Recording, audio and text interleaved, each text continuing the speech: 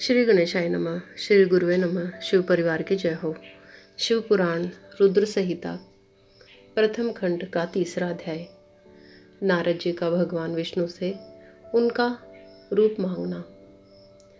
सूत जी बोले, महर्षियों, नारद जी के चले जाने पर भगवान शिव की इच्छा से विष्णु भगवान ने एक अद्भुत माया रची। उन्होंने जिस ओर नारद जी जा रहे थे वहाँ एक सुंदर नगर बना दिया। वह नगर वैकुंठ लोक से भी अधिक रमणीय था। वहाँ बहुत से विहार स्थल थे।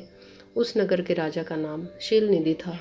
उस राजा की एक बहुत सुंदर कन्या थी। उन्होंने अपनी पुत्री के लिए स्वयंवर का आयोजन किया था। उनकी कन्या का वरण करने के लिए उत्सुक बहुत से राजकुमार पधारे थे। वहाँ बहुत चहल पहल थी।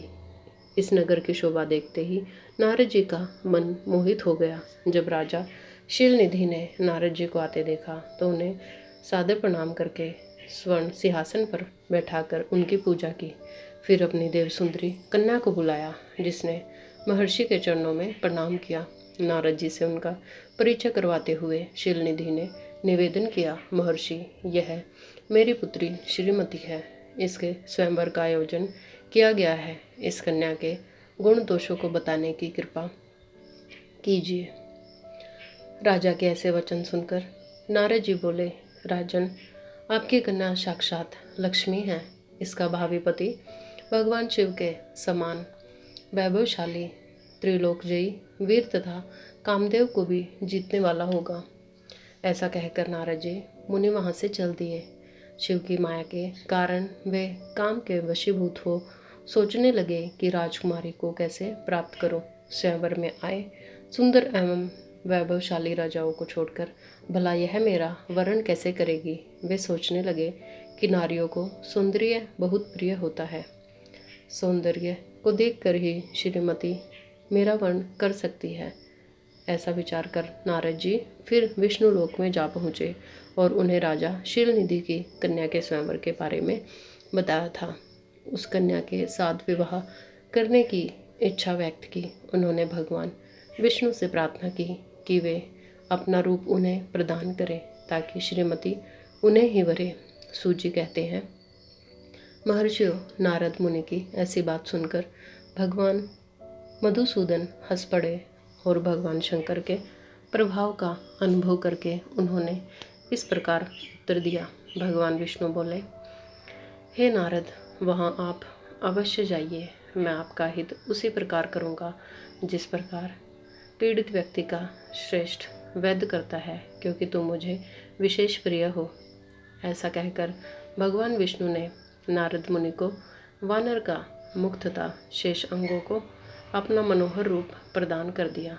तब नारद जी अत्यंत प्रसन्न होते हुए अपने को परम सुंदर समझकर शीघ्र ही स्वयंवर में आ गए और उस राज्य सभा में जा बैठे।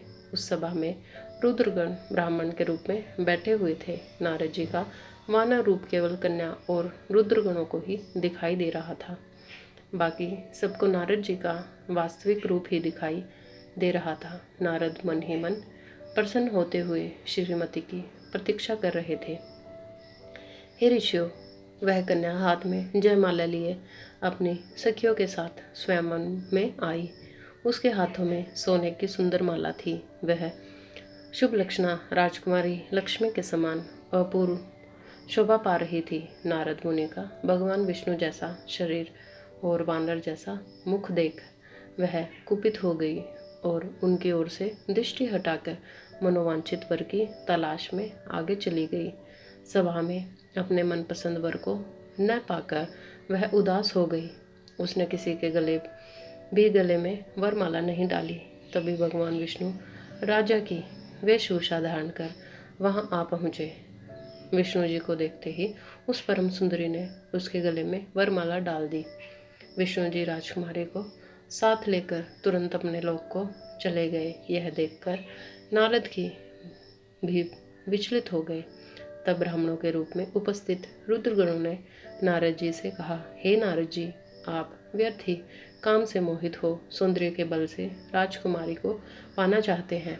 पहले जरा अपना वानर के समान मुख तो देख लीजिए। सूजी बोले, यह वचन सुनकर नारद जी को बड़ा आश्चर्य हुआ। उन्होंने दर्पण में अपना मुख देखा। वानर के समान मुख को देखकर वे अत्यंत क्रोधित हो उठे तथा दोनों रुद्र गणों को शाप देते हुए बोले, तुमने एक ब्राह्मण का मजाक उड़ाया है, अतः तुम ब्राह्मण कुल में पैदा होकर भी राक्षस बन जाओ। यह सुनकर वे शिवगण कुछ नहीं बोले, बल्कि इसे भगवान शिव की इच्छा मानते हुए उदासीन भाव से अपने स्थान को चले गए और भगवान शिव की स्तुति करने लगे।